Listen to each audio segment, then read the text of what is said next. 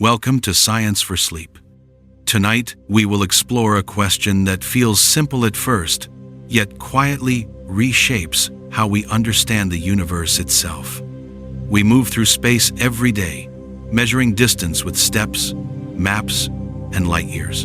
And time moves through us, just as steadily, marking change, memory, and aging. For most of human history, these two ideas were treated as completely separate, one describing where things are, the other describing when things happen. But modern physics suggests something far stranger. Tonight, we will gently explore the possibility that space and time are not different things at all, but two expressions of a deeper structure that shapes motion, gravity, and even the flow of reality itself. Slowly, calmly, we will follow how this idea emerged, why it challenges intuition, and what it means to live inside a universe where distance and duration are quietly intertwined. If you enjoy calm, thoughtful science journeys like this, consider liking the video and subscribing for more long-form explorations designed for rest, focus, and curiosity. The illusion of separation. To the human mind, space and time feel fundamentally different. Space appears stable and external. It stretches outward in every direction, forming the stage on which everything else happens. You can look at it, move through it, and point to specific locations within it. Space feels objective, the same for everyone. Time feels internal and fleeting. It moves in one direction. It cannot be stopped or reversed. It carries memory, aging, and change. You do not stand inside time the way you stand inside a room. You experience it. This difference feels so obvious that it rarely gets questioned. From childhood, we learn to separate the two. Distance is something you cross. Time is something you wait through. A journey has both, but they are treated as independent. You ask how far something is and how long it takes, as if these were unrelated properties. Language reinforces this split. We speak of long distances and long times as if they share a word, but not a meaning. We draw maps for space and timelines for events. We imagine the future ahead of us and the past behind, while space surrounds us on all sides. This mental separation feels natural, but it is also misleading. Human intuition evolved in an environment where speeds were slow, distances were small, and gravity was weak. Under those conditions, space and time behave almost independently. The universe hides its deeper structure from us by behaving politely at human scales. This politeness creates an illusion. At walking speed, time flows almost identically for everyone. A second for you is a second for anyone else nearby. A meter here is a meter there. Clocks agree, rulers agree. The universe appears consistent and absolute. It is only when conditions change, when speed increases, gravity strengthens, or distances grow immense, that the illusion begins to crack. Modern physics did not begin by asking whether space and time were the same thing. It stumbled into the question by noticing contradictions. Measurements that should have matched did not. Events that should have been simultaneous were not. Clocks that should have agreed disagreed. The deeper scientists looked, the more the separation between space and time began to feel artificial. What seemed like two categories began to behave like two faces of the same structure. This realization did not arrive suddenly. It emerged slowly, through careful observation and uncomfortable results. It required letting go of ideas that felt obvious but were not fundamental. The first clue was motion. Movement ties space and time together in a way that cannot be separated. Speed is distance divided by time. Without time, distance has no meaning. Without distance, time cannot describe motion. The two are already intertwined in the simplest description of change. But even this relationship feels tame at everyday speeds. Only when objects approach the speed of light does the relationship become unavoidable. Time begins to slow. Length begins to shrink. What one observer measures as a distance, another measures partly as time. This is not an optical illusion. It is reality behaving differently depending on how you move through it. The unsettling implication is this: space and time are not absolute backgrounds. They are part of the same system. They respond to motion, gravity, and energy together. This challenges a deeply held assumption. We tend to think of space as something that exists independently of events, a container that remains the same whether anything happens inside it or not. Time, in this view, is something that flows regardless of where you are. Physics suggests otherwise. Space and time are not passive. They are dynamic. They stretch, compress, and respond to what happens within them. They are shaped by motion and mass, and they shape motion in return. This mutual dependence is the first hint that space and time may not be separate at all. The illusion of separation. For most of human history, separating space and time was not a mistake. It was practical. Early civilizations experienced the world through direct sensation. Space was what could be seen, touched, and crossed. Time was what could be felt through change, the rising and setting of the sun, the rhythm of seasons, the aging of the body. These two aspects of reality seem to behave differently because, at human scales, they almost always did. A field remained where it was. A mountain did not drift. A day always followed night. Nothing in everyday experience suggested that space could change its size or that time could flow at different rates for different people. Treating them as separate was not only intuitive, it was accurate enough. Philosophers formalized this intuition. In ancient thought, space was often imagined as a fixed stage, an arena in which events unfolded. Time was seen as a sequence, a procession of moments moving from past to future. Aristotle described time as a measure of change, while space remained something permanent and unmoving. Centuries later, Isaac Newton reinforced this division. In Newton's view, space was absolute. It existed independently of anything within it, stretching infinitely in all directions. Time, likewise, was absolute, flowing uniformly, the same everywhere, regardless of motion or location. This framework worked extraordinarily well. It explained planetary motion, falling objects, tides, and trajectories with remarkable precision. For everyday engineering and astronomy, space and time behaved as independent, reliable quantities. They could be measured separately and combined when needed. There was no reason to doubt this picture. The universe appeared orderly. Clocks agreed. Distances remained stable. Events happened in a consistent sequence for all observers. Cause and effect followed the same temporal order everywhere.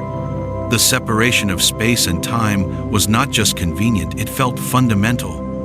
But hidden inside this success was a limitation. Newton's framework assumed something it never tested, that measurements of distance and duration would agree for all observers, no matter how they moved. It assumed that motion did not affect time, and that time did not affect space. These assumptions went unchallenged because nothing at human speeds or scales contradicted them. Light, however, would change that. As scientists began to measure the behavior of light more precisely, they encountered a problem. No matter how fast the observer moved, the speed of light appeared the same. It did not add or subtract velocity the way other speeds did. This result was deeply unsettling. If space and time were truly separate and absolute, this should not have been possible. Speeds should combine naturally. Motion should matter. Yet light refused to cooperate with classical intuition. The universe was signaling that something about our assumptions was wrong. The response was not to abandon space or time individually, but to question their independence. Perhaps distance and duration were not fixed backgrounds after all. Perhaps they were linked more deeply than anyone had imagined. This shift did not happen overnight. It required new mathematics, new experiments, and a willingness to accept conclusions that felt almost philosophical in nature. When those ideas finally arrived, they did not destroy classical physics. They explained why it worked so well at low speeds and weak gravity, while revealing why it failed under extreme conditions. The illusion of separation had served humanity well, but it was never the whole story. Before space and time were joined, before space and time were unified into a single idea, they were treated as the most reliable parts of reality. They were not questioned because they did not seem to change. Space appeared fixed and universal. A location was a location no matter who observed it. Time appeared to flow evenly, carrying all observers forward together. Events happened in the same order for everyone. The universe felt synchronized. This belief shaped not only physics, but human understanding itself. Maps assumed that distances were absolute. Calendars assumed that time passed identically everywhere. Navigation, astronomy, and mechanics all depended on this shared agreement. The success of these tools reinforced the idea that space and time were separate, stable foundations beneath everything else. Even when scientists disagreed about forces, matter, or motion, they rarely questioned space and time themselves. They were the background, but cracks began to appear where precision mattered most. Astronomers noticed tiny discrepancies in planetary orbits. Engineers found that increasingly accurate clocks refused to stay perfectly synchronized under certain conditions. Light, once thought to travel through an invisible medium, behaved as if that medium did not exist at all. These were not dramatic failures. They were subtle mismatches, small enough to ignore at first, persistent enough to demand explanation. The problem was not with motion or measurement. It was with assumptions. Classical physics assumed that if two observers measured the same distance or duration, their results should match exactly. Any difference was blamed on error. But as experiments became more refined, the differences remained. Light was the key. Unlike sound or projectiles, light did not behave differently depending on the motion of its source or observer. No matter how fast an observer moved, light always arrived at the same speed. This was not just unexpected, it was incompatible with the idea of separate, absolute space and time. To preserve absolute space, time would have to adjust. To preserve absolute time, space would have to adjust. The universe allowed neither to remain fixed on its own. This forced a radical reconsideration. Perhaps space and time were not independent ingredients after all. Perhaps they were linked in a way that only became visible when speeds approached fundamental limits. Perhaps what we thought of as distance and duration were projections of something deeper. This realization marked a turning point. Physics was no longer describing motion within space and time. It was beginning to describe how space and time themselves behaved. The background was becoming part of the story. Before space and time were joined, the idea that the speed of light is the same for all observers seems harmless at first. Light is fast, but it feels ordinary. We see it every day. It reflects, refracts, and illuminates. Nothing about it suggests that it should force a rewriting of reality itself. And yet, this single fact could not coexist with the old picture of space and time. In classical thinking, speeds add together. If you move toward a beam of light, you should measure it arriving faster. If you move away, it should appear slower. This is how every other signal behaves. It is how sound behaves. It is how thrown objects behave. Light refuses to follow this rule. Experiments showed again and again that no matter how an observer moved, light's speed remained unchanged. The universe seemed to be enforcing a rule that no adjustment of motion could violate. To accept this, something else had to give. Either space had to change, or time had to change, or both. At first, physicists tried to preserve the old structure. They imagined hidden mechanisms, invisible backgrounds, subtle distortions that would rescue absolute space and absolute time. None of these ideas survived experimental scrutiny.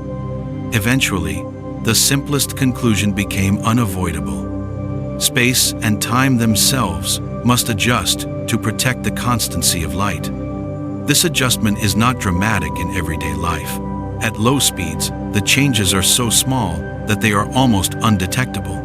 This is why classical intuition works so well where humans live. The universe hides its deeper structure behind a veil of approximation. But at high speeds, the veil lifts. Clocks moving relative to one another tick at different rates. Lengths measured in motion shrink along the direction of travel. Events that appear simultaneous to one observer occur at different times for another. None of this is illusion or measurement error. It is the natural behavior of reality when space and time are not independent. What one observer calls space, another partly calls time. What one observer sees as distance, another sees as duration. The division between the two depends on motion. This realization is deeply unsettling because it undermines the idea of a shared present. There is no single moment that everyone agrees on. There is no universal now slicing cleanly across the universe. Instead, each observer carries their own version of simultaneity. This does not mean reality is subjective. The laws of physics remain consistent. What changes is how space and time are partitioned within a deeper structure that includes both. That deeper structure would soon receive a name: spacetime. In spacetime, events are not defined solely by where they occur or when they occur, but by both together. An event is a point in a four-dimensional structure, 3 dimensions of space and 1 of time, woven into a single fabric. Space and time do not disappear as concepts. They emerge as perspectives. They are ways of slicing space-time depending on how an observer moves. This is the moment when the question shifts. Space and time are no longer separate ingredients of the universe. They are components of a unified whole, revealed differently depending on motion and gravity. Einstein's quiet revolution. When Albert Einstein began thinking seriously about space and time, he did not set out to overturn centuries of physics. He was trying to resolve a contradiction. On one side stood the laws of motion, which work beautifully for planets, machines, and everyday objects. On the other stood the behavior of light, which stubbornly refused to obey those same rules. Both sets of observations were reliable. Both were supported by experiment, and yet they could not both be true within the same framework. Einstein chose not to question the experiments. He questioned the assumptions beneath them. He asked a simple but unsettling question. What if space and time are not what we think they are? In 1905, he introduced the theory now known as special relativity. Its conclusions were radical, but its foundation was minimal. It rested on just 2 principles: that the laws of physics are the same for all observers moving at constant speed, and that the speed of light is the same for all such observers. From these 2 ideas alone, space and time could no longer remain separate. Time began to behave differently depending on motion. A moving clock ticked more slowly than a stationary one. This was not because the clock was faulty, but because time itself was stretching. The faster an object moved through space, the slower it moved through time. Space responded in kind. Objects in motion became shorter along the direction of travel. Distances that appeared fixed in one frame of reference changed in another. Length was no longer absolute.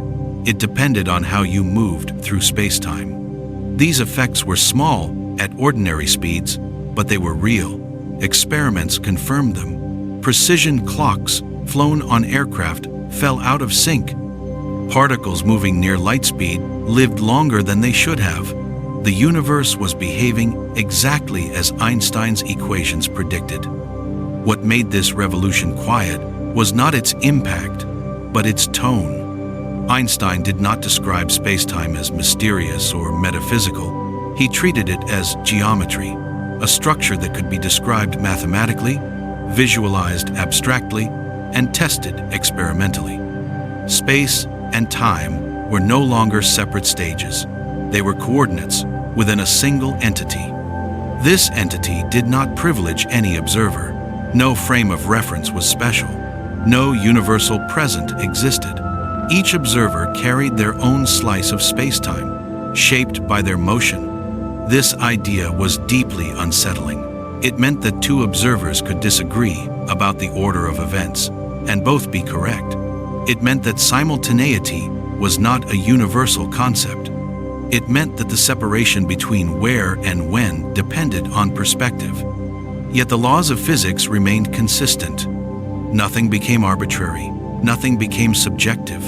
Reality became relational. Events existed. What changed was how they were connected. In this new picture, space-time replaced space and time as the fundamental backdrop of reality. Distance and duration became secondary quantities derived from deeper relationships. This was not philosophy. It was necessity. The universe demanded it. Einstein's quiet revolution. When Albert Einstein began thinking seriously about space and time, he did not set out to overturn centuries of physics. He was trying to resolve a contradiction. On one side stood the laws of motion, which worked beautifully for planets, machines, and everyday objects. On the other stood the behavior of light, which stubbornly refused to obey those same rules. Both sets of observations were reliable. Both were supported by experiment, and yet they could not both be true within the same framework. Einstein chose not to question the experiments. He questioned the assumptions beneath them. He asked a simple but unsettling question. What if space and time are not what we think they are? In 1905, he introduced the theory now known as special relativity. Its conclusions were radical, but its foundation was minimal. It rested on just two principles: that the laws of physics are the same for all observers moving at constant speed, and that the speed of light is the same for all such observers. From these two ideas alone, space and time could no longer remain separate. Time began to behave differently depending on motion. A moving clock ticked more slowly than a stationary one. This was not because the clock was faulty, but because time itself was stretching. The faster an object moved through space, the slower it moved through time. Space responded in kind. Objects in motion became shorter along the direction of travel. Distances that appeared fixed in one frame of reference changed in another. Length was no longer absolute. It depended on how you moved through space-time. These effects were small at ordinary speeds, but they were real. Experiments confirmed them. Precision clocks flown on aircraft fell out of sync. Particles moving near light speed lived longer than they should have. The universe was behaving exactly as Einstein's equations predicted. What made this revolution quiet was not its impact, but its tone. Einstein did not describe space-time as mysterious or metaphysical. He treated it as geometry, a structure that could be described mathematically, visualized abstractly, and tested experimentally. Space and time were no longer separate stages. They were coordinates within a single entity. This entity did not privilege any observer. No frame of reference was special. No universal present existed. Each observer carried their own slice of space-time, shaped by their motion. This idea was deeply unsettling. It meant that two observers could disagree about the order of events and both be correct. It meant that simultaneity was not a universal concept. It meant that the separation between where and when depended on perspective. Yet the laws of physics remained consistent. Nothing became arbitrary. Nothing became subjective. Reality became relational. Events existed. What changed was how they were connected. In this new picture, space-time replaced space and time as the fundamental backdrop of reality. Distance and duration became secondary quantities, derived from deeper relationships. This was not philosophy. It was necessity. The universe demanded it. Einstein's quiet revolution. Once space and time were joined into space-time, a new question emerged.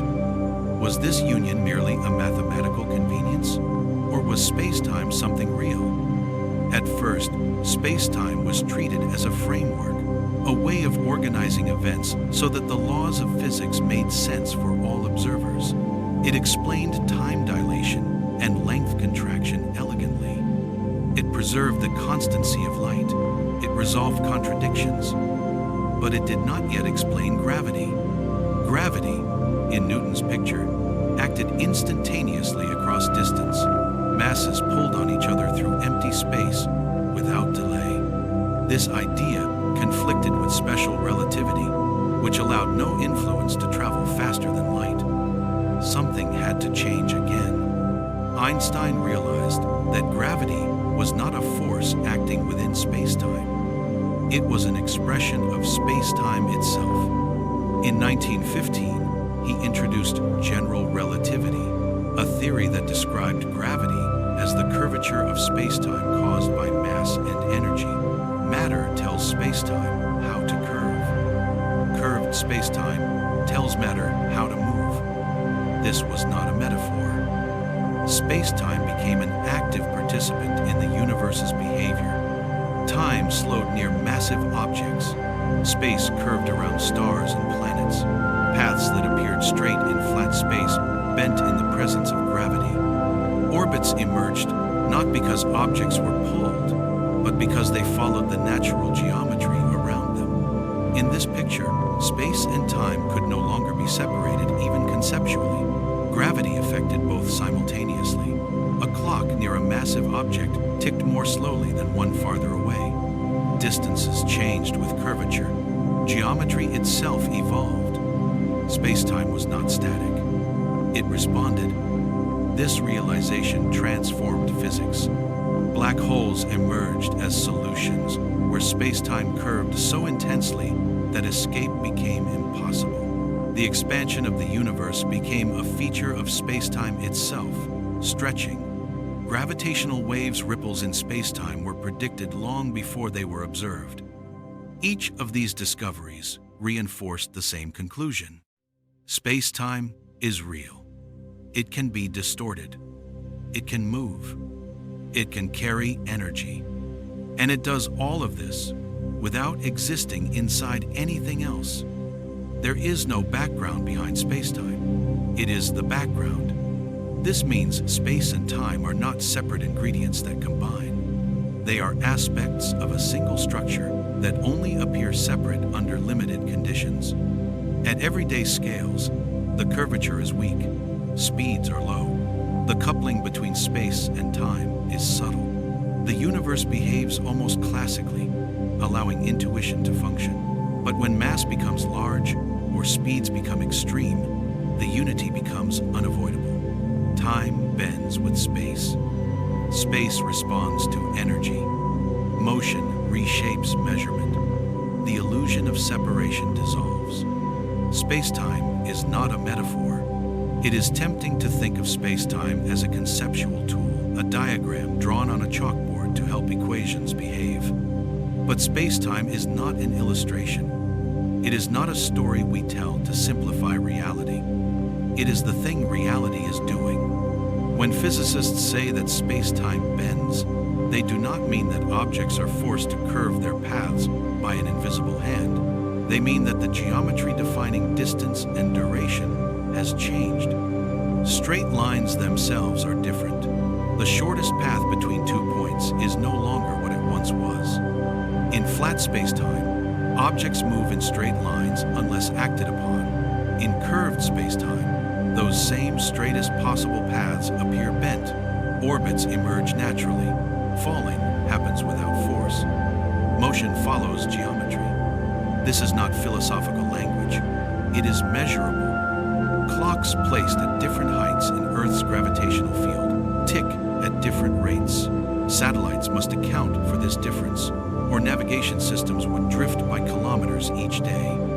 Time itself flows differently depending on where you are. This does not happen because clocks malfunction. It happens because space-time is shaped by mass.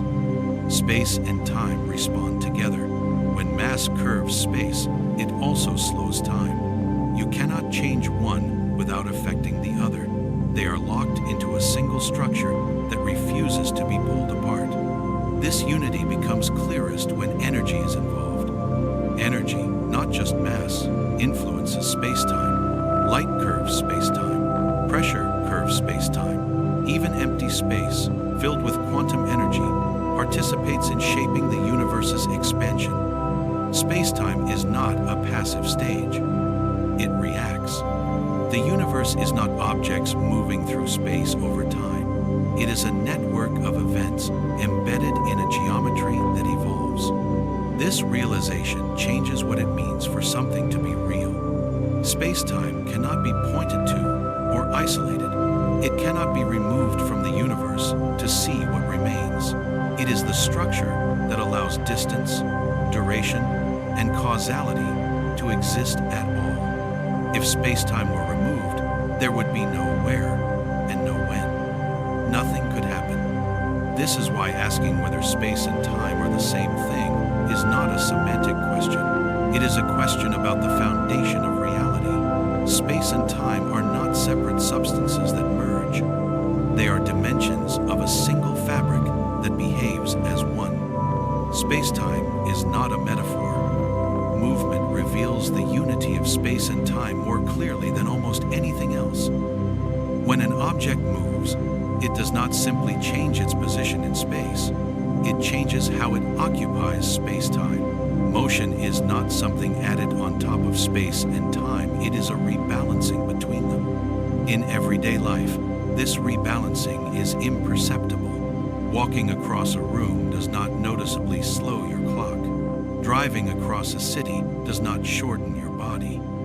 Space and time appear independent because the trade-off between them is extremely small at low speeds. But the trade-off is always there. Space-time has a fixed structure that limits how motion can occur. Every object moves through space-time at a constant total rate. If more of that motion is directed through space, less remains for motion through time. If an object remains still in space, all of its motion is through time. This is not a metaphor. It is a geometric fact. When an object accelerates, it changes the direction of its motion through space-time. The faster it moves through space, the slower it moves through time. This is why moving clocks tick more slowly. Not because time is damaged or distorted locally, but because motion redistributes how the object progresses through space-time. Time dilation is not an effect applied after motion occurs. It is motion. Likewise, length contraction is not a physical compression caused by force. Objects do not feel themselves being squeezed as they move. Instead, their spatial dimensions are measured differently because space and time are being sliced differently by observers in motion. Distance and duration are not absolute quantities. They are projections. Different observers decompose space-time into space and time in different ways. Each decomposition is valid. None is privileged. What remains invariant is the underlying space-time interval, the geometric separation between events that all observers agree on. This invariance is the quiet anchor beneath the strange behavior. It tells us that while space and time individually are flexible, space-time itself is rigid in a deeper sense. It preserves structure even as perspectives change. It allows disagreement without contradiction. This is why physics remains consistent. Even though observers may disagree about how long something took or how far it traveled, they agree on the space-time geometry that connects the events. Reality is not fragmented by perspective. It is unified by a structure that contains all perspectives at once. This has profound implications.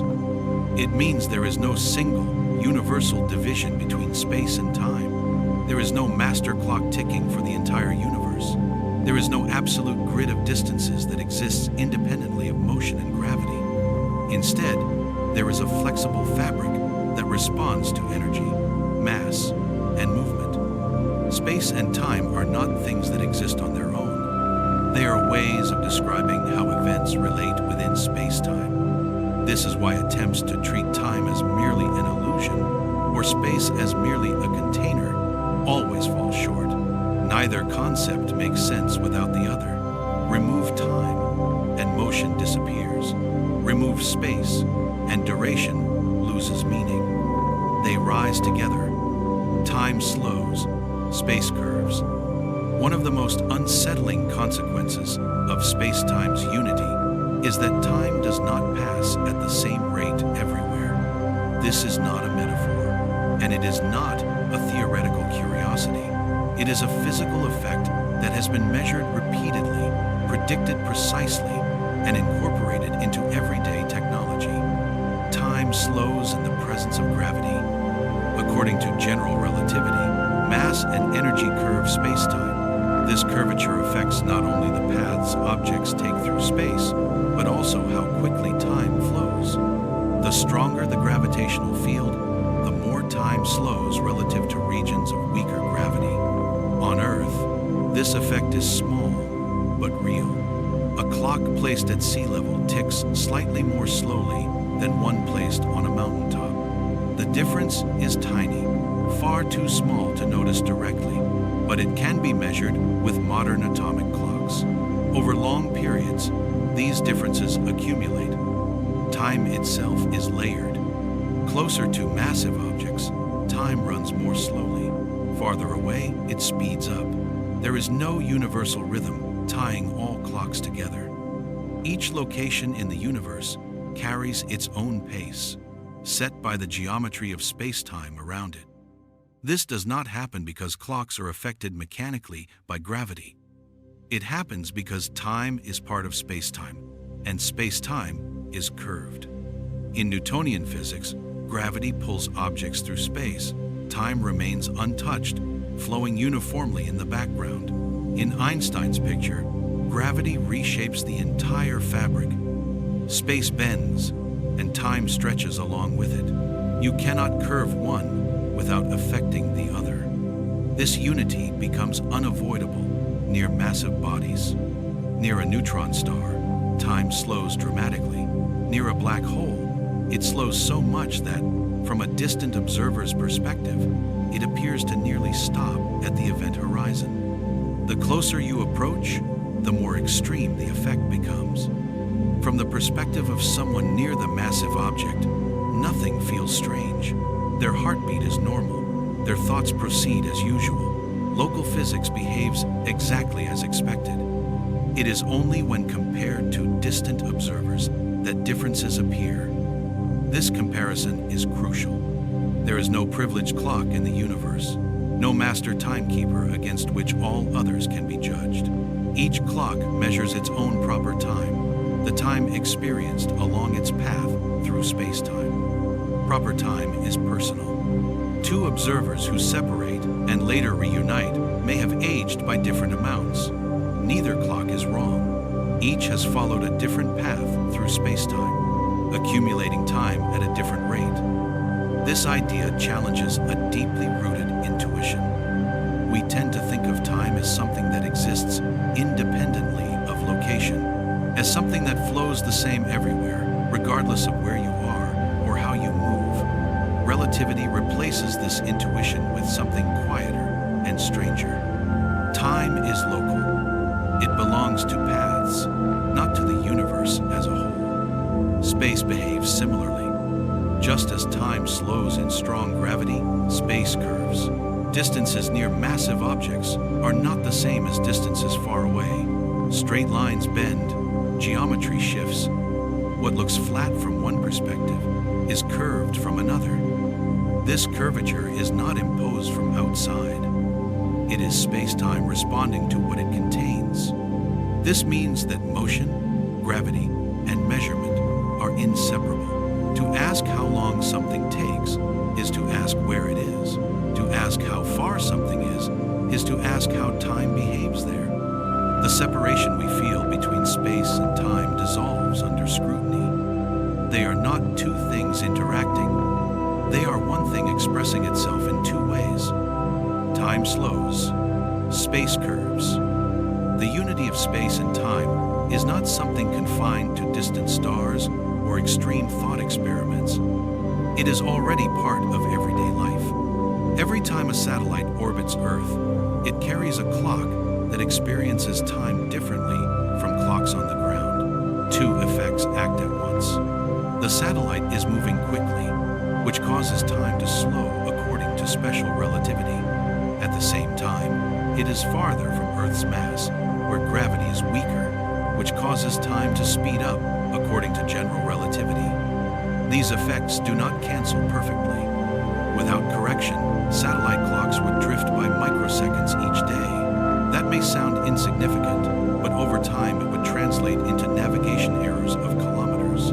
GPS systems would fail. Aircraft would lose precision. Entire infrastructures would quietly unravel. The only reason this does not happen is because space-time is taken seriously. Engineers do not treat time as universal. They account for its dependence on motion and gravity. They calculate how space-time curves around Earth and how paths through that space-time differ for clocks in orbit and clocks on the surface. Modern technology works because space and time are not treated as separate things. This realization is deeply revealing. If space-time were merely a mathematical abstraction, ignoring its effects would not cause real-world consequences. But ignoring space-time would break systems we rely on every day. Reality insists on being treated as it actually behaves. This means that time is not flowing faster or slower in any absolute sense. There is no correct rate of time. There are only different paths through space-time, each accumulating time according to geometry. The universe does not synchronize itself for convenience. It allows divergence. This divergence becomes more dramatic as conditions grow extreme. Astronauts aboard space stations age slightly more slowly than people on Earth. Particles in accelerators live longer than expected because their motion redirects their progression through space-time. Clocks flown around the world disagree when reunited. None of this violates consistency. It confirms it. Space-time provides a single framework within which all these differences coexist without contradiction. What changes is not the rules, but how events are connected within that framework. This also reframes the idea of flow. Time does not flow like a river, carrying everything along. It accumulates along world lines, paths, objects take through space-time. Each world line has its own length and time, just as each path through space has its own length and distance. Space and time are measured differently, but they are part of the same geometric object. This perspective quietly dissolves a long-standing confusion. We often ask why time seems to move forward, while space allows movement in all directions. Physics, so far, does not answer this fully, but it suggests that the difference may not be fundamental. It may emerge from conditions, from entropy, from how matter arranges itself within space-time. At the deepest level, space and time are treated symmetrically in the equations. They are coordinates of the same thing. The fact that we experience them differently may say more about us than about the universe. Is time just another direction? Once space and time are understood as parts of a single structure, an unsettling question naturally follows. If space has directions, does time have one too? In space-time diagrams, time is often drawn as an axis, much like the axes that represent length, width, and height. Events are plotted as points. Paths through space-time appear as lines. In this abstract view, time looks no different from space, just another dimension. And yet, our experience resists this idea completely. We can move freely through space. We can turn around, retrace our steps, choose different paths. Time offers no such freedom. We move through it in one direction only, at a rate we cannot alter consciously. We remember the past, not the future. We anticipate what comes next, but cannot return. This asymmetry feels fundamental, but physics complicates it. In the equations of relativity, time and space are treated almost symmetrically. They are combined into space-time intervals. They mix under motion. What one observer calls time, another partially calls space. At a mathematical level, time behaves very much like a dimension. So why does it feel so different? One reason lies in how motion works in space-time. Every object moves through space-time at a fixed total speed. You cannot stop moving through time, just as you cannot stop existing at a location.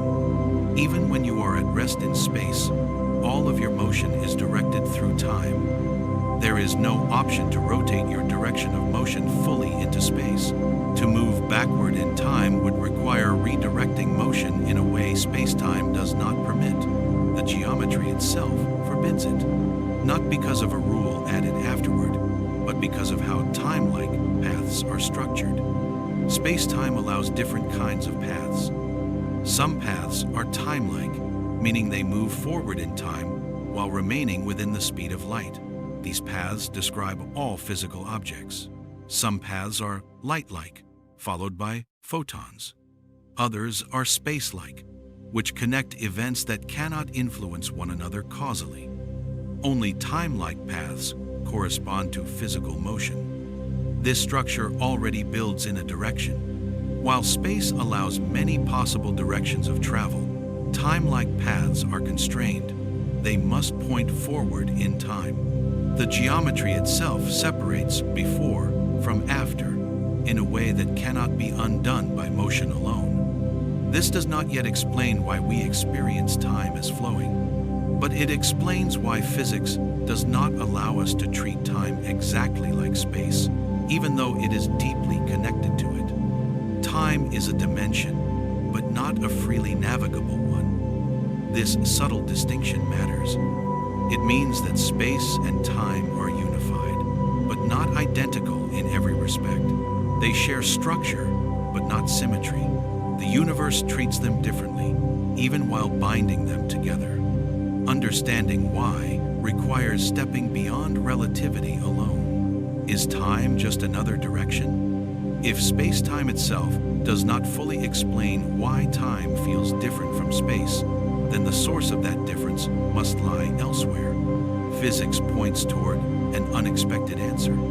The distinction between past and future does not come from space-time geometry alone. It emerges from the behavior of matter, energy, and information within space-time. In other words, the arrow of time is not written into the shape of the universe. It arises from what happens inside it. This idea begins with entropy. Entropy is often described as disorder, but this is an oversimplification. More precisely, entropy measures how many microscopic arrangements correspond to the same macroscopic state. A system with high entropy can exist in many equivalent internal configurations. A system with low entropy can exist in very few. The laws of physics at the microscopic level are mostly time-symmetric. If you reverse the direction of time in the equations describing particle interactions, they still work. There is no preferred direction built into those laws. And yet, in the real world, processes unfold in only one direction. Ice melts, but melted water does not spontaneously reassemble into ice. Smoke spreads, but never gathers itself back into the flame. Stars burn fuel, but do not unburn it. These processes define a direction from lower entropy to higher entropy. This progression gives time its arrow. The universe began in an extraordinarily low entropy state. Matter was smooth, evenly distributed, and highly ordered in a statistical sense. From that moment onward, entropy increased. Structures formed, energy spread, complexity emerged, and then slowly decayed. Time feels directional because entropy increases in one direction. Space has no equivalent property. There is no entropy of space that forces motion in a particular spatial direction. You can move north or south, left or right, without violating any fundamental principle. Space offers symmetry. Time does not. This is why time feels irreversible. Memory itself depends on entropy. To remember the past, your brain must store information. Storing information requires energy dissipation and increases entropy. The act of remembering already points in one direction. You do not remember the future because memory formation cannot run backward. Causality follows the same pattern. Causes precede effects, not because space-time demands it absolutely, but because entropy enforces stability. Low entropy states are fragile. High entropy states are robust. Information flows from ordered states into less ordered ones. Space-time allows many possible paths. Entropy selects which ones are physically realized. This explains why time can be treated mathematically like a dimension, yet felt psychologically as a flow. The equations describe relationships between events. Our experience reflects how those events unfold under thermodynamic constraints. Time does not move. We move through states of increasing entropy. From this perspective, time is not a river carrying us forward. It is a coordinate marking change, and the direction of change is set by entropy, not geometry. This realization reshapes the original question. Are space and time the same thing? They are unified at the level of structure. They mix under motion. They form a single fabric that defines events and distances, but they are not interchangeable. Time carries a built-in asymmetry derived from the universe's initial conditions. Space does not. Time behaves like a dimension mathematically, but like a process physically. And this dual nature is why it remains so difficult to understand. Do space and time even exist? Once time is understood as something that emerges, rather than something that flows, a deeper question appears almost immediately. What if space and time themselves are not fundamental? For centuries, physics treated space and time as the stage on which reality unfolds. Objects moved through space. Events occurred in time. Even when Einstein unified them into spacetime, the assumption remained that this structure was basic, the deepest layer of reality. But modern physics has begun to challenge that assumption. In several leading theories, space-time is no longer fundamental. It is a byproduct. This idea sounds radical, but it arises from necessity rather than speculation. When physicists attempt to combine general relativity with quantum mechanics, space-time begins to lose its solidity. At the smallest scales, the smooth fabric of space-time dissolves into something grainy, fluctuating, and unstable. In quantum theory, fields do not sit neatly on a fixed background. They fluctuate, they interact, they blur. When gravity is added to the mix, the background itself must fluctuate as well. A fluctuating space-time cannot serve as a fixed stage. This suggests that space-time may be an approximation, a large-scale description that emerges from deeper, non-spatial, and non-temporal ingredients. Several theoretical frameworks point in this direction. In quantum gravity approaches, space-time appears to arise from networks of relationships. Instead of points in space connected by distances, the fundamental objects are connections themselves. Geometry is not assumed, it is constructed. In these models, distance is not a basic property. It is a consequence of how strongly elements interact. Time, too, may not exist as a global parameter. Instead, change occurs locally, and time emerges as a way of ordering those changes. One striking idea proposes that space emerges from quantum entanglement. Entanglement is a uniquely quantum phenomenon where particles become correlated so deeply that their properties cannot be described independently, no matter how far apart they appear to be. In some theories, the pattern of entanglement between quantum systems determines the shape of space itself. Highly entangled systems appear closer together in space. Weakly entangled systems appear farther apart. Space, in this view, is not a container. It is a map of relationships. Time may emerge in a similar way. Instead of flowing universally, it arises from correlations between subsystems. Clocks do not measure an external time. They compare changes between systems. There is no master clock for the universe, only local comparisons. If this picture is correct, then space and time are not things that exist on their own. They are effective descriptions that help large, complex systems behave predictably. At small scales, reality may be timeless and spaceless, not empty, but structured in a way that does not resemble everyday geometry. This would explain why time behaves so differently from space in our experience. They share a common origin, but they emerge under different constraints. Space emerges as a network of relations. Time emerges as an ordering of change. Both are secondary. The universe, at its deepest level, may be built from information rather than dimensions. If that is true, then space-time is not the foundation of reality. Do space and time even exist? If space and time are not fundamental, then one of the most familiar ideas in physics begins to dissolve. Causality. We are used to thinking of causes preceding effects, of signals traveling from one place to another, of events influencing nearby events before distant ones.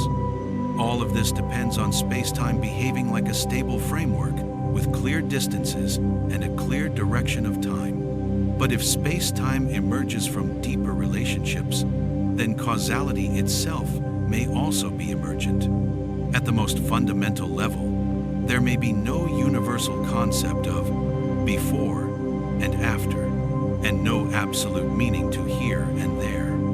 Instead, causality may arise only when systems become complex enough to define consistent relationships. In quantum mechanics, this already happens in subtle ways. Entangled particles do not exchange signals in the usual sense. Their correlations exist without anything traveling between them. The connection is not spatial, it is structural. From a space-time perspective, this feels unsettling. How can two particles influence each other instantly across vast distances? But from a deeper perspective, the distance itself may not be fundamental. The particles are not far apart in the underlying description. They are closely linked in the structure that gives rise to space. If space is emergent, then locality, the idea that objects interact only with nearby objects, is not a basic rule. It is an approximation that holds when space-time is smooth and well-defined. At deeper levels, interactions may occur according to connectivity rather than proximity. This reshapes how physicists think about black holes, the early universe, and the limits of observation. Black holes, in particular, appear to push space-time to its breaking point. At the event horizon, time and space trade roles. Inside, the usual notions of distance and duration lose their meaning entirely. When physicists try to describe what happens at the center of a black hole, space-time equations produce infinity signals that the theory has exceeded its domain of validity. Something more fundamental must take over. If space-time is emergent, then singularities may not be places where physics ends, but places where space-time itself dissolves back into its underlying ingredients. The early universe presents a similar problem. At the moment of the Big Bang, space-time density becomes infinite. Time appears to begin there, but begin may be the wrong word. If time itself emerges, then the Big Bang may not be the start of time, but the point where time becomes a useful concept. Before that, change may have occurred without time. This idea challenges intuition deeply because human experience is built entirely on space-time. We cannot perceive a reality without distance or duration. Every thought, every memory, every sensation depends on both. But physics is not required to align with intuition. It is required to align with consistency. And consistency increasingly points toward space-time as a derived structure rather than a fundamental one. This does not make space and time unreal. It makes them approximate. Much like temperature is real but emergent from molecular motion, space-time may be real but emergent from deeper processes. Temperature disappears at the level of individual molecules. Space-time may disappear at the level of fundamental reality.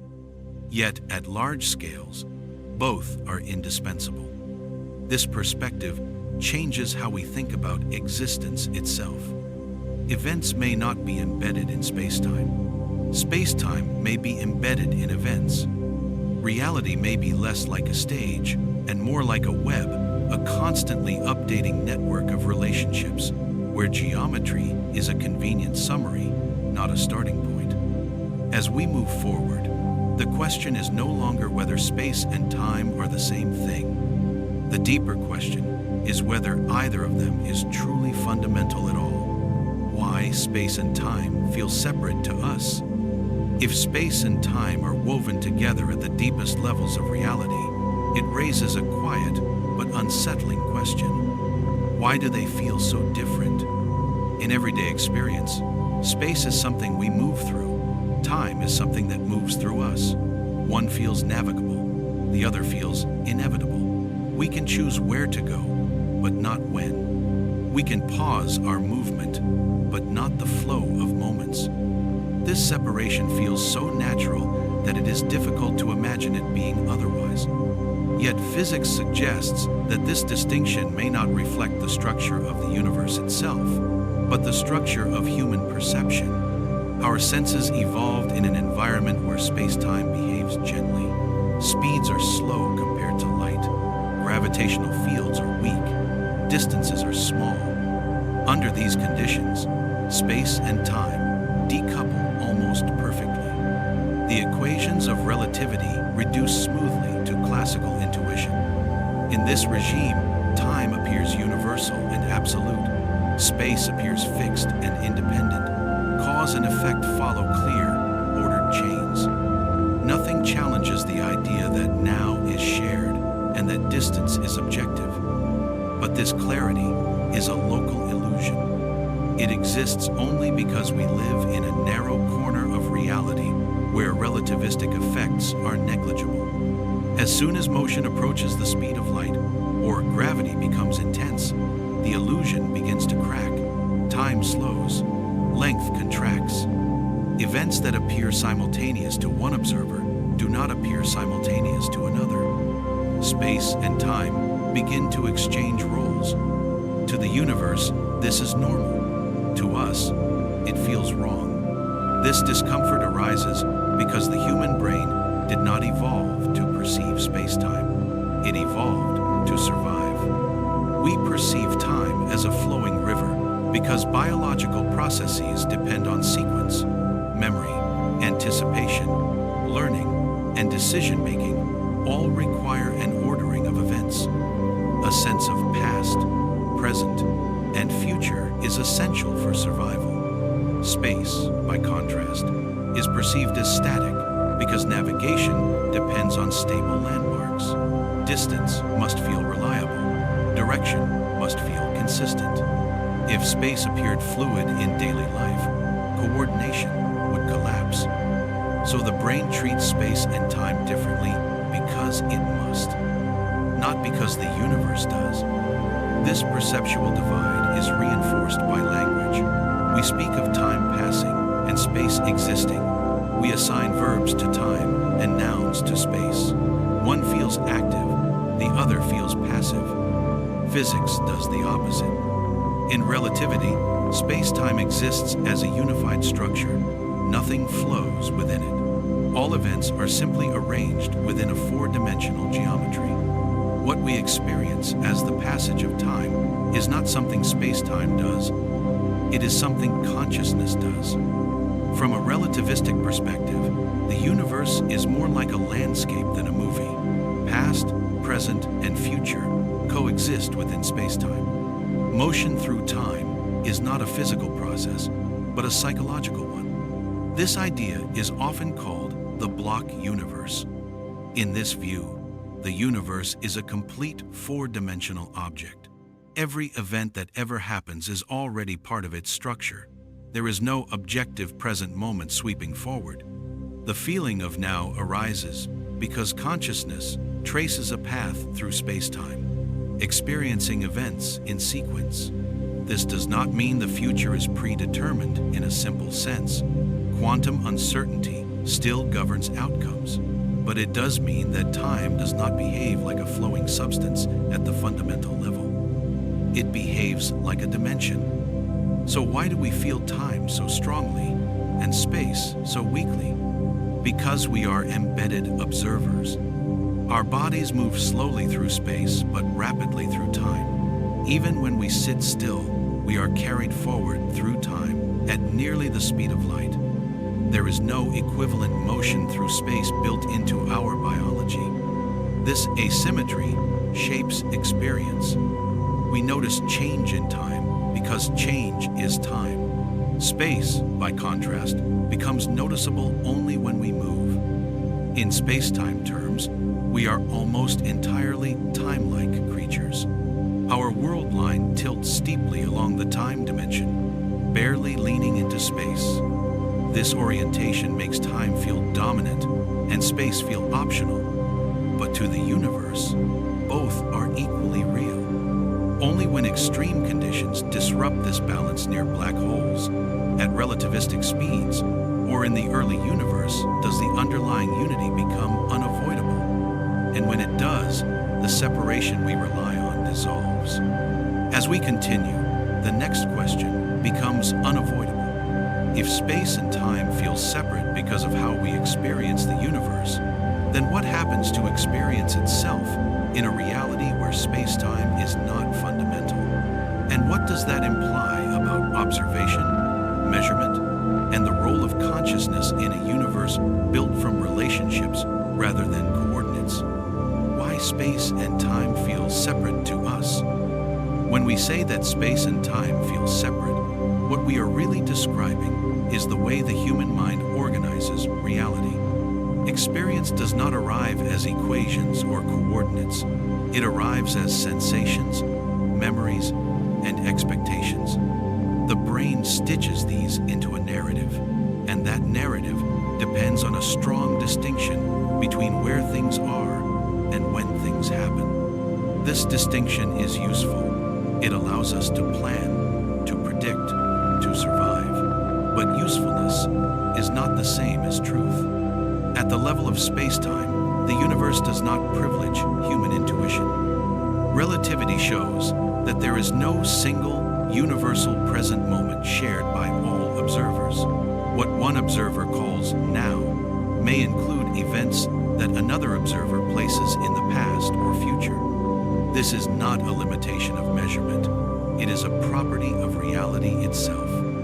Yet we never experience this directly. No one wakes up feeling that yesterday and tomorrow coexist. No one senses their own timeline bending relative to someone else's. Conscious experience remains stubbornly linear.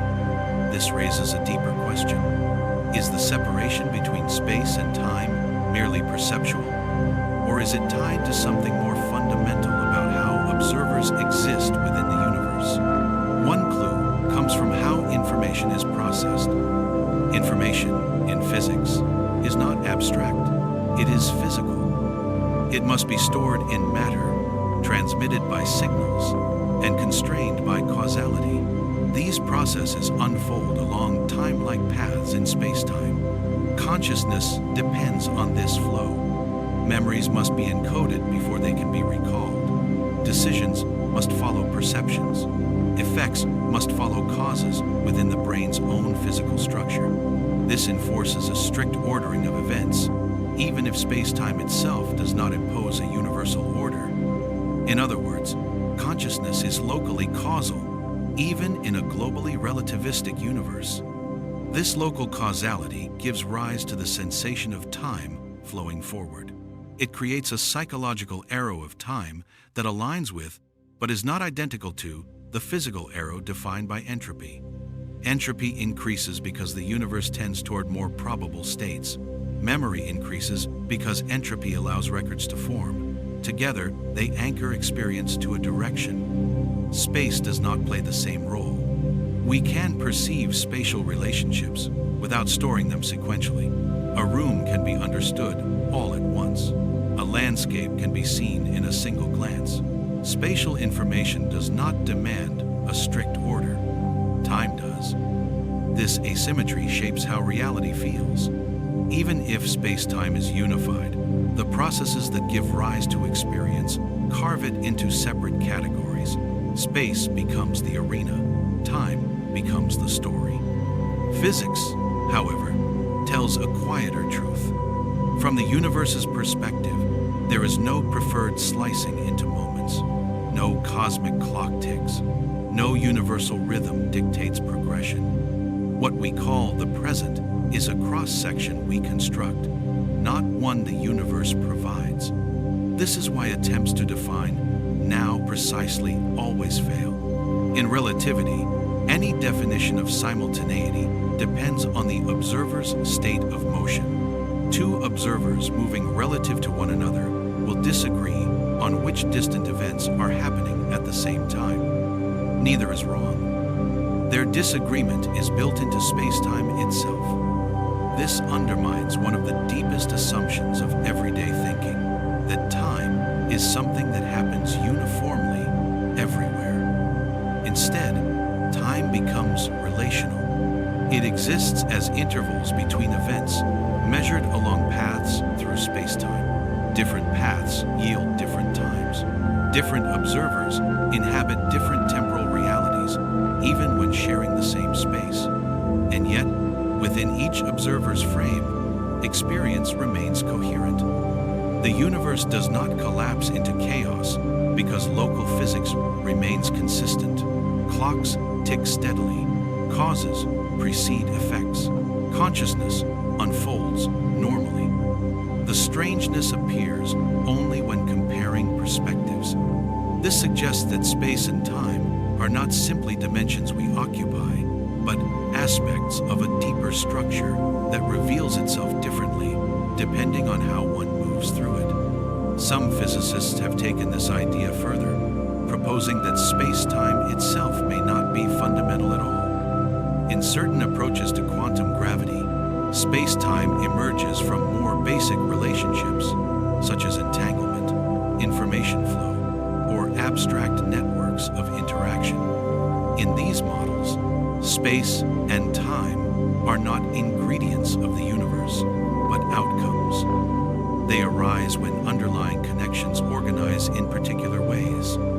If this is true, then the question, are space and time the same thing, may be incomplete. The deeper question becomes whether space and time are both shadows of something else entirely. Something that does not resemble distance or duration, but gives rise to both. In that case, our experience of separation would not just be a perceptual artifact, it would be a reflection of how complex systems like minds interface with a deeper, non-intuitive reality. We would not be misperceiving spacetime, we would be translating it. As we move forward, this perspective shifts the focus again. If space and time emerge from deeper principles, then understanding their unity requires stepping beyond relativity alone into the unresolved boundary between gravity and quantum mechanics. And it is there at that boundary that the idea of space-time as a single thing begins to dissolve into something even stranger, the edge where space and time break down. There are places in the universe where the familiar ideas of space and time stop working, not gradually, not metaphorically, but completely. These are not distant abstractions. They are physical regimes predicted by theory, observed indirectly, and taken seriously by modern physics. At these edges, space-time itself begins to lose coherence, and the question of whether space and time are the same thing becomes impossible to ignore. One such place is the event horizon of a black hole. From far away, a black hole looks like an object, massive, compact, and silent. But as one approaches its boundary, space-time behaves in ways that defy everyday logic. Time slows dramatically relative to distant observers. Space stretches. Paths that once pointed outward bend inward. At the event horizon, the distinction between space and time collapses. Inside this boundary, time and space exchange roles. What was once a spatial direction becomes as unavoidable as time. Moving inward is no longer a choice. It is as inevitable as aging. No amount of force can reverse it. This is not science fiction. It is a direct consequence of Einstein's equations. Inside a black hole, forward in time points toward the center. Just as you cannot stop moving toward tomorrow, you cannot stop moving toward the singularity. Space no longer behaves like space. Time no longer behaves like time. They become inseparable in the most literal sense. This breakdown reveals something profound. Space and time are not independent entities that occasionally interact. They are aspects of a structure that can reorganize itself under extreme conditions. When the structure is pushed hard enough, the familiar categories dissolve. The early universe presents a similar challenge. At the moment we call the Big Bang, space-time density becomes infinite. Curvature diverges. Time, as described by relativity, appears to begin there, but beginnings require time to already exist. This paradox hints at a deeper truth. The Big Bang may not have been an event in time. It may have been the process by which time itself emerged. Before it, the concept of before may not apply. In this regime, asking what came earlier is like asking what is north of the North Pole. The question assumes a structure that no longer exists. Quantum gravity strengthens this suspicion. When physicists attempt to quantize spacetime, they find that the smooth continuum dissolves. At the smallest scales, spacetime may be composed of discrete elements, fluctuating wildly. Distances lose meaning, durations blur, causality becomes probabilistic. In some formulations, time disappears from the fundamental equations altogether. Change exists, correlations exist, but time as a global parameter does not. This is deeply unsettling because time feels indispensable. Without it, nothing seems capable of happening. And yet, the mathematics insists that at the deepest level, reality may not require time in the way we imagine. This suggests that space and time are not the bedrock of the universe. They are effective descriptions that work extraordinarily well at large scales, but fail at the extremes. Like a map that works perfectly for a city, but not for the quantum foam beneath it. At these edges, the question shifts again. If space and time can break down, then their unity is not the final story. It is a layer, a powerful one, but not the deepest. And beyond that layer, reality may not be dimensional at all.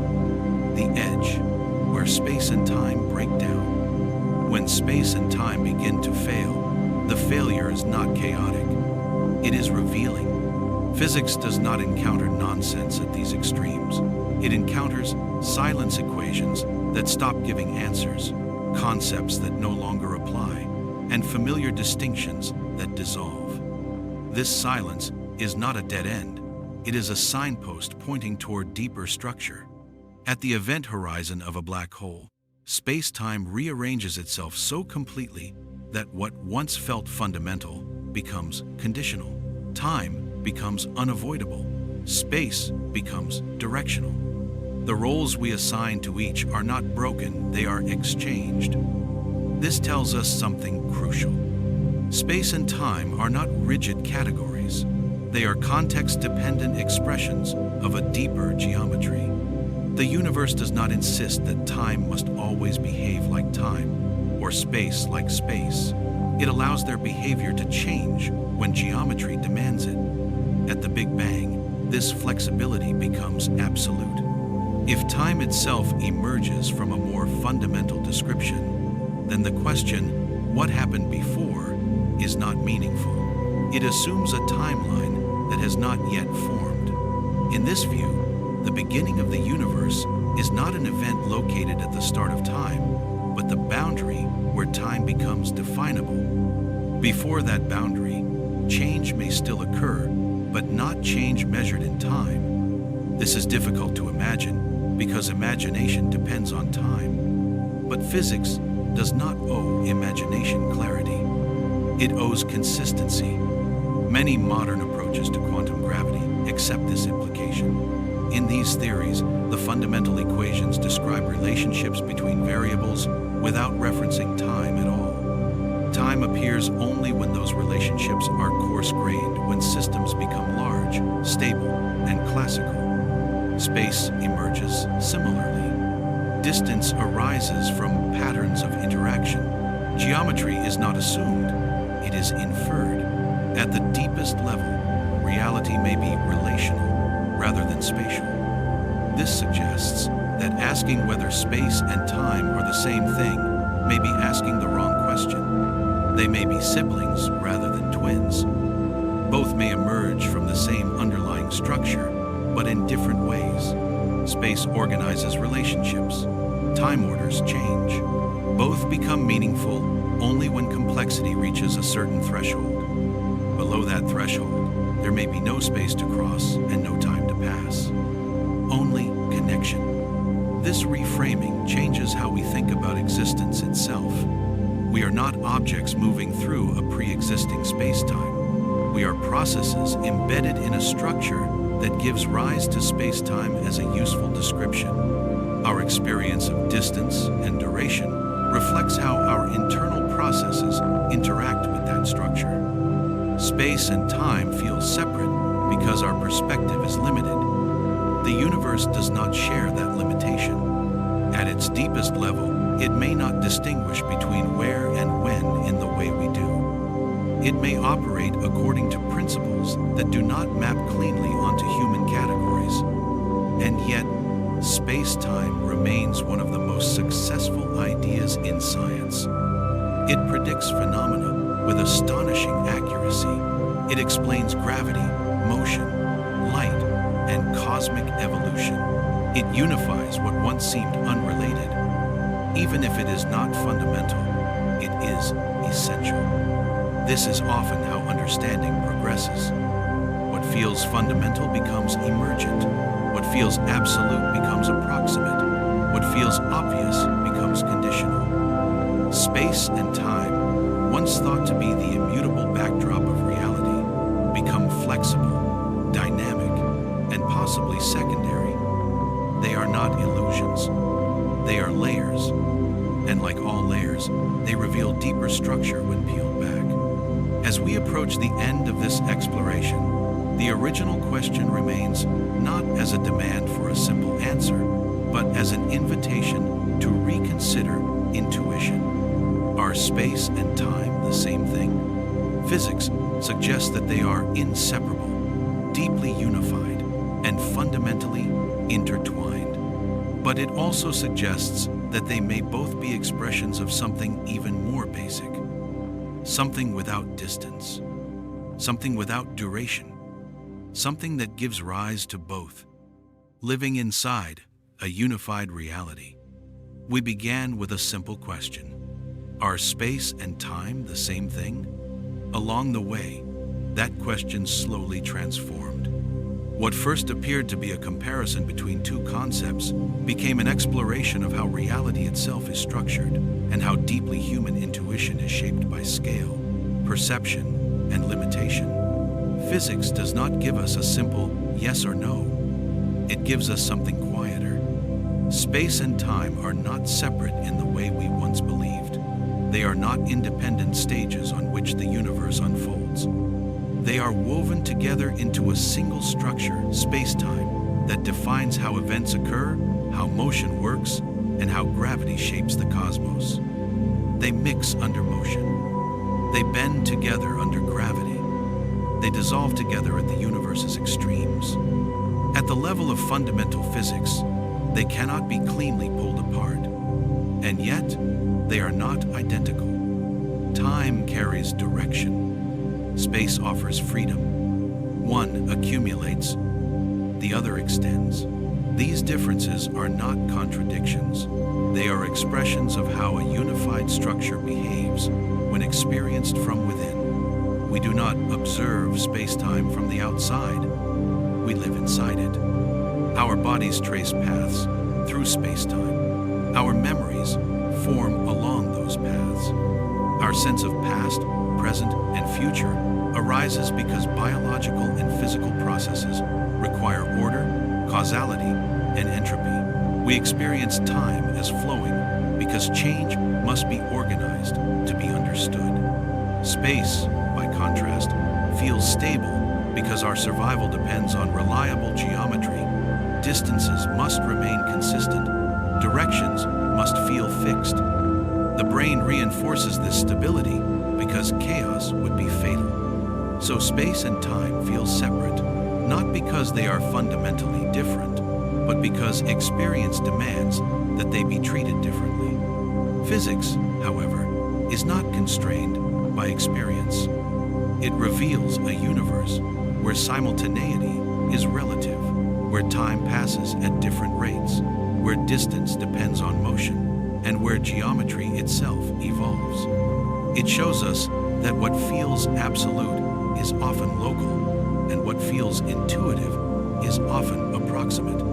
At the deepest levels, even space-time may not be fundamental. Space may emerge from relationships. Time may emerge from change. Both may arise from something more basic than dimension itself. If that is true, then space and time are not the foundation of reality. They are the language reality uses when it becomes large, structured, and observable. This does not make them less real. It makes them contextual. Just as temperature emerges from molecular motion, space-time may emerge from deeper processes we are only beginning to glimpse. And just as temperature remains meaningful, even when not fundamental, space and time remain indispensable for understanding the universe we inhabit. So are space and time the same thing? They are not separate entities stitched together. They are different faces of a single structure, revealed differently depending on motion, gravity, scale, and perspective. They are unified, and we are shaped by that unity in ways we rarely notice. Every thought you have, every memory you carry, every moment you experience, all of it unfolds along a path through space-time. We do not stand outside it to observe it. We are expressions of it, and perhaps that is the quietest and most profound answer the universe offers.